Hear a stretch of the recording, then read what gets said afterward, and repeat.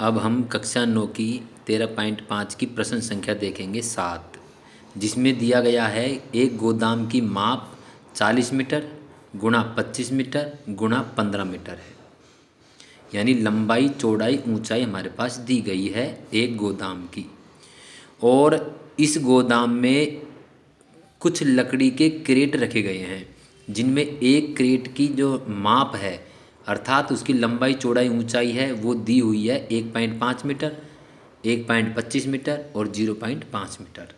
यानी कि गोदाम की माप तो यहाँ पे दी गई है हमारे पास और एक लकड़ी के क्रेट की माप दी गई है।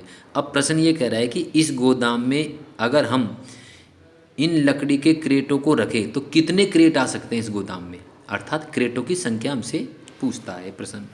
तो यहाँ इसके लिए हमें आयतन से संबंधित सूत्र लगाने होंगे। तो सबसे पहले हमें गोदाम का आयतन ज्ञात कर लेना है। तो यहाँ पे आपको लिखना है गोदाम का आयतन। गोदाम का आयतन। अब गोदाम का आयतन हो जाएगा लंबाई गुणा चौड़ाई गुणा ऊंचाई। ठीक है, तो लंबाई 40, चौड़ाई 25 और ऊंचाई हमारी होगी 15। ये हमारा घन मीटर आ जाएगा। ये हमारा आ गया इनको गुणा करने पर। ठीक है, ये गोदाम का आयतन आ जाएगा। अब एक लकड़ी के क्रेट की माप दी हुई है हमारे पास 1.5 मीटर, 1.25 मीटर और 0.5 मीटर। तो हमें इसका भी आयतन ज्ञात करने लेना है। एक लकड़ी के क्रेट का आयतन, लकड़ी के क्रेट का आयतन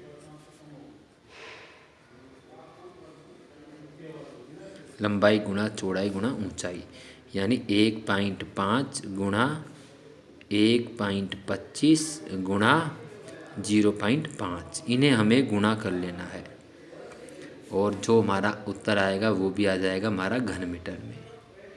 अब एक बात ये ध्यान रखनी है आपको कि जब भी कोई ऐसा प्रश्न आ जाए कि एक आकृति में किसी दूसरी आकृति को रखने की बात आ जाए, एक बड़ी आकृति में कोई छोटी आकृति को रखने की बात अगर आ जाती है तो उनकी संख्या प्राप्त करने के लिए हमें बड़ी आकृति के आयतन में छोटी आकृति के आयतन का भाग दे देना है। यहाँ पे गोदाम एक बड़ी आकृति है और लकड़ी का क्रेट छोटी आकृति है, तो इसलिए हम गोदाम में रखे जाने वाले क्रेटों की संख्या बराबर गोदाम का आयतन बराबर बटा एक क्रेट का आयतन, यानी गोदाम के आयतन में हम एक क्रेट के आयतन का भाग दे देंगे। तो यहाँ पे हम देखते हैं कि हमारे गोदाम का आयतन कितना आ रहा है। क्रेटों की संख्या, अतः क्रेटों की संख्या बराबर, तो हमारे गोदाम का आयतन है 40, 25 और 15। जो नाप है ना इसके हमारे पास वह 40 गुणा 25 गुणा 15 गोदाम का आयतन बटे एक क्रेट का आयतन 1.5 गुणा 1.25 गुणा 0.5, यानी कि गोदाम के आयतन में हम एक क्रेट के आयतन का भाग देने जा रहे हैं। तो इसका एक रफ कार्य हम करके आपको दिखा देते हैं संख्या कैसे काटनी है। यहाँ पे देखिए, हम देखते हैं दशमलव के बाद एक अंक है तो हम 1 जीरो लगा देते हैं, हमारा दशमलव हट गया, ऊपर 1 जीरो लगा देंगे। यहाँ दशमलव के बाद 2 अंक है तो दशमलव हट जाएंगे और ऊपर 2 जीरो और लगा देंगे। यहाँ दशमलव के बाद 1 अंक है तो दशमलव हट जाएगा, 1 जीरो लग जाएगा। अब हमारे दशमलव हट चुके हैं। अब ये संख्या 15 मानी जाएगी, तो 15 एकम 15, 15 एकम 15 और 4 जीरो ऐसे कैसे आ जाएंगे, 1 2 3 4। ठीक है, अब 25 एकम 25 और 25 5 125। ठीक है, अब 5 एकम 5 और 5 अंटे 40।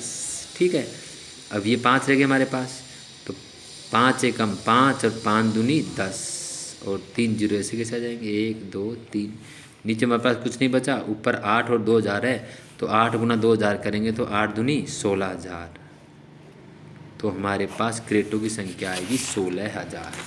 इन संख्याओं को काटने पर जो उत्तर आ रहा है वो आ रहा है हमारे पास 16,000। अतः हम कह सकते हैं हमारे पास 16,000 क्रेट हैं। जो क्रेट आएंगे वो आएंगे 16,000 क्रेट।